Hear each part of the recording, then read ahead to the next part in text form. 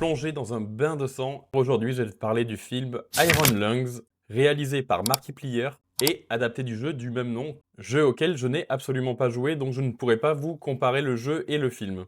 Mais avant de te donner mon avis sur le film, je vais un petit peu t'en parler pour que tu comprennes un petit peu le concept. Donc Iron Lungs va nous plonger dans un monde où l'humanité a quasiment disparu, après une catastrophe inexpliquée. Il ne reste que quelques survivants qui vont explorer quelques planètes dans l'espoir de trouver des ressources ou un lieu habitable, ou même essayer de trouver quelques réponses afin de savoir ce qu'il s'est passé, pourquoi la quasi-totalité de l'humanité a disparu. Et le film va suivre l'histoire d'un homme qui se retrouve dans un sous-marin, un type de sous-marin appelé le Iron Lungs puisqu'il est totalement blindé de métal, car ces engins sont destinés à explorer une planète bien particulière, une planète recouverte de sang. Et pour circuler dans ce lac de sang, eh bien, il faut un appareil assez blindé, assez robuste, d'où le Iron Lungs.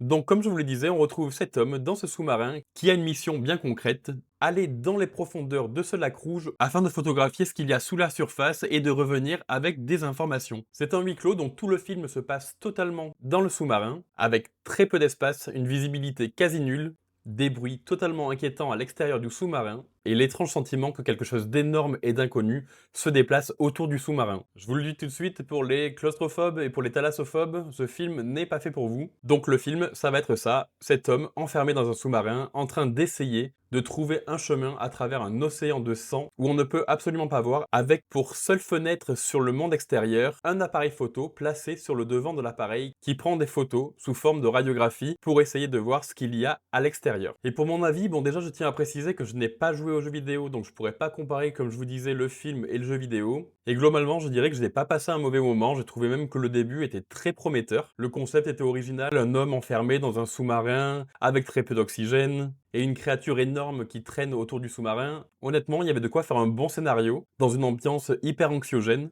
Donc ça, c'était vraiment très cool. Le huis clos fonctionne très bien pour moi aussi, j'adore les ambiances comme ça, c'est très anxiogène, on sent bien l'ambiance pesante, on a peur pour le héros, on sent qu'il y a quelque chose à l'extérieur qui le guette, et on ne sait jamais à quel moment ça va venir attaquer le sous-marin. Donc on a toujours ce sentiment de danger permanent. Mais pour moi, le plus gros point faible du film, ça sera son rythme. L'histoire nous plonge très rapidement dans l'intrigue, mais aussi très vite, j'ai senti des longueurs. Et pour moi, il y a clairement une cassure de rythme en plein milieu du film qui peine à reprendre son souffle. Et la seconde chose que j'ai à reprocher à ce film, c'est beaucoup d'éléments qui restent flous. Je ne vais pas vous spoiler, mais pour moi, à la fin du film, on a encore beaucoup trop d'interrogations et malheureusement pas assez de réponses sur ce qui se passe. Et personnellement, j'avoue, je reste un peu sur ma faim.